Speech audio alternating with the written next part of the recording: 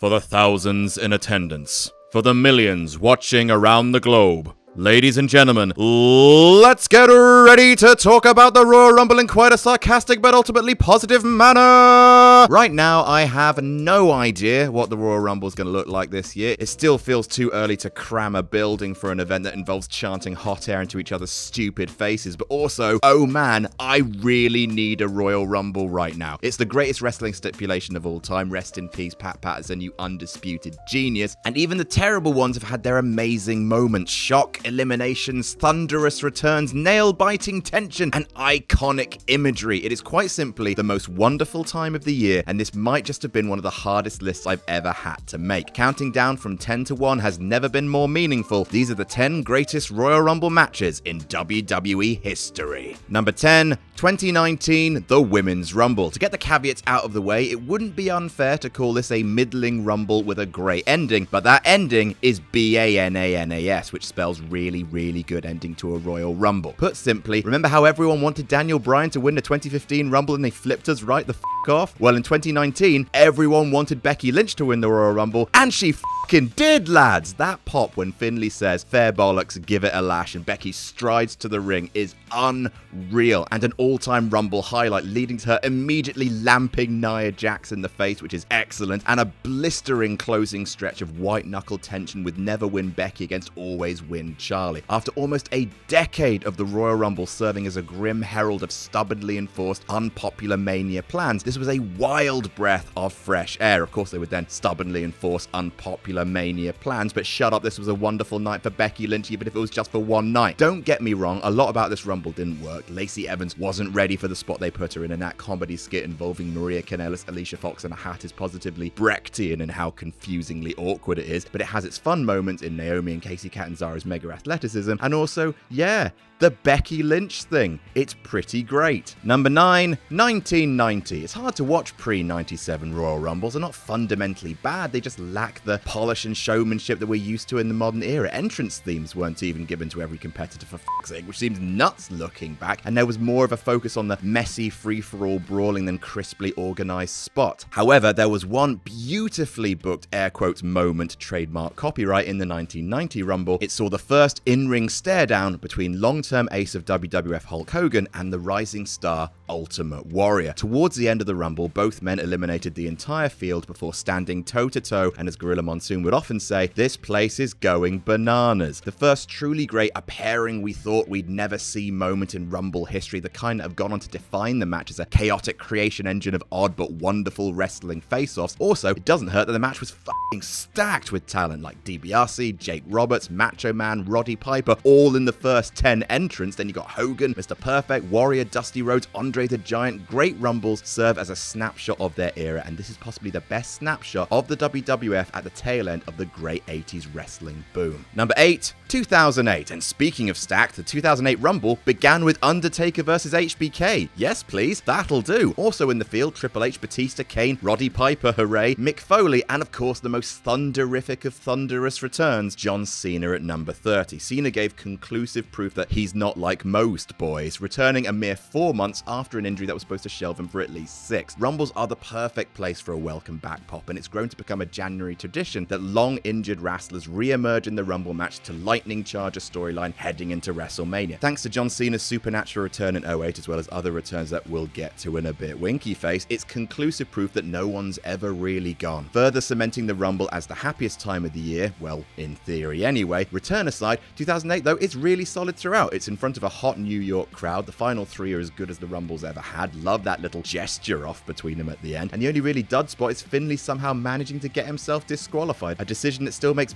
bugger all sense to this day. Number 7, 2007. I promise I'm not going to be cute with the whole, 2007. I'm not going to keep doing that, I promise. But speaking of final 2s, the match within a match is also a joyous Rumble staple, where the final 2 competitors face off in a heart-stopping battle of wit. There have been a number of really good final standoffs over the year. Becky versus Charlotte, Jericho and Sheamus in 2012 was really good until WWE made objectively the wrong choice in eliminating Y2J. The face-off between Cena and Batista in 2005 turned into an iconic puppet show for the world's crossest Republican, but the best of the best is undoubtedly Shawn Michaels versus Dark Gallows Way as the final two in the 2007 Royal Rumble. HBK kipping up, Rigor Morty sitting up, and then a near 10-minute preview of what was to come at WrestleMania years later. It was an extra special treat for fans at the time because Taker had been on SmackDown for years while Michaels had been on Raw, so we hadn't seen Shawn and Morticia Badams in the same ring since their casket match at the Royal Rumble almost 10 goddamn years prior. Both men would go on to have championship matches at Mania that year, so it was a real coin flip as to who was going to win. Every last counter and huge move produced heart-in-mouth tension. The rest of the match was fine. It was the first match to feature ECW as a separate brand, which produced an all-time great elimination in Sabu being choked down through a table. The Great Khali ran wild, which was a shame, but then Taker eliminated him all by himself, which was brilliant. Number 6, 2020, the Men's Rumble. Okay, we're getting into seriously good Rumble territory now, and one of the best stories ever told in the 30-man corner cuddle with the demonic reign of Blump Lonsler. Burt Lozenge entered the Rumble number 1 despite already being world champion for reasons that will only make sense to Borp Liddle. Fans were then treated to a one-man variety show as Psycho Vanilla am-drammed his way through a cool half the Rumble's entrance. All of WWE life was here. You want squash matches? You got it. You want fun returns? You got it. You want betrayals of close friends? You know you got it. Insane hoss fights? Check. Underdogs endgame assembling to take on a big bad? It's all here, revolving around Blimp Laszlo, the center of the WWE universe, until just when it was starting to get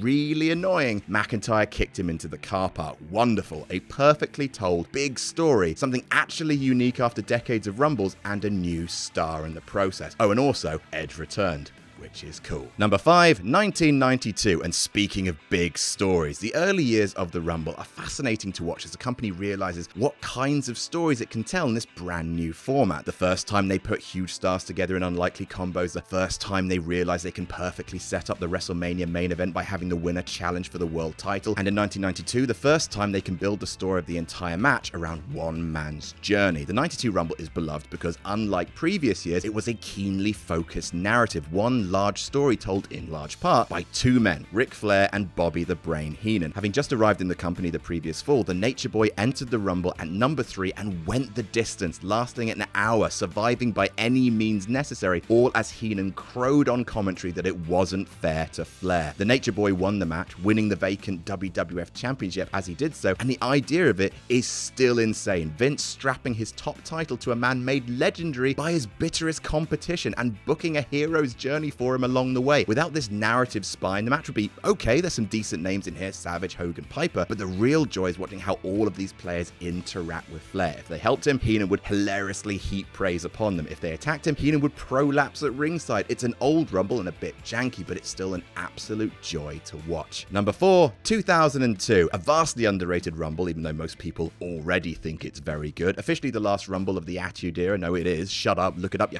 dorks. While the company would never reclimb the Mania X7 quality mountain, this still had a lot of things you liked about the most cherished era in pro wrestling. The mid-card was still the best mid-card in the world. The main event star power was something else. Triple H, Babyface Austin, Undertaker, Big Show, Kane, Van Dam, Kurt Angle, Mr. Perfect, all the fun of the fair. There were lots of great little moments. Undertaker wrecking shop and being eliminated by Maven belongs on the Mount Rushmore of Rumble eliminations. Austin and Triple H coming face to face only to be interrupted by the Hurricane. Kane hoofing out Big Show like the beef red machine he is. A lot of this Rumble's appeal is in the nostalgia, as well as the joy of an early 2000s white-hot WWE crowd, but purely on its own merit, it's a well-booked, surprising, funny, exciting Rumble, even if the overall winner was a teensy bit predictable. Number 3, 2010. Things are getting pretty god tier right about now, and we're looking at 2010, the first part of the Edge returns at the Rumble with an insane injury beard every 10 years trilogy. Very much looking forward to 2030. The beard's going to have wolves living in it. The 2010 Rumble has so much great story going on under the hood. CM Punk's Sermon on the Mount is what would happen if Disney did Charles Manson. The field is stacked with Batista, Jericho, Triple H, Edge's beard, Cena, Big Show, Kane, Shawn Michaels. And speaking of HBK, he has a wonderful Rumble, going in as the heavy favorite with the perfect obsessed with the Undertaker storyline, eliminating Triple H, his own shock elimination at the hands of Batista, which then leads to the world's greatest tantrum, Jericho getting